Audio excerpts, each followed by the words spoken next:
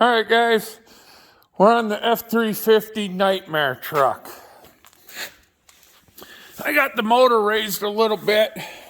I ain't got the oil pan out yet. I wanted to see what was going on. I'm gonna hold this up there, see if anybody can see what the issue is. Besides there being water in the frickin' oil pan, look at the bolts holding the pickup tube on. The one on the left is tight. Look at the one on the right. It's at an angle and it's only in a couple of threads.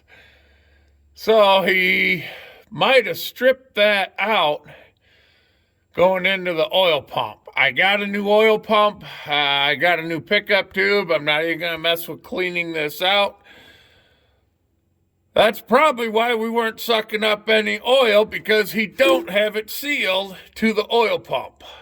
So it can't create a suction. But we're putting the new oil pump on it. We're putting the pickup tube. I'm not messing around anymore on this shit. I want to get it done. But that bolt on the right ain't even in. I know it's a bad angle, but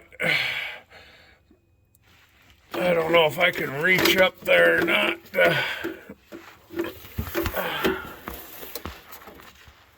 Oh, yeah, he's got it tight. It just ain't seated flush, so the oil tube's leaking. There goes the light.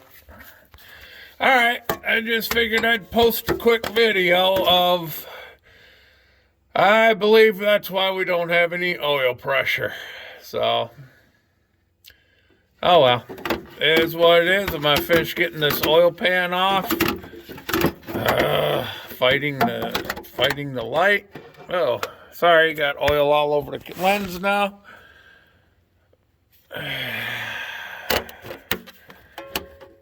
All right, I'm done. We got oil all over the lens. I'm not going to worry about it. Bye-bye.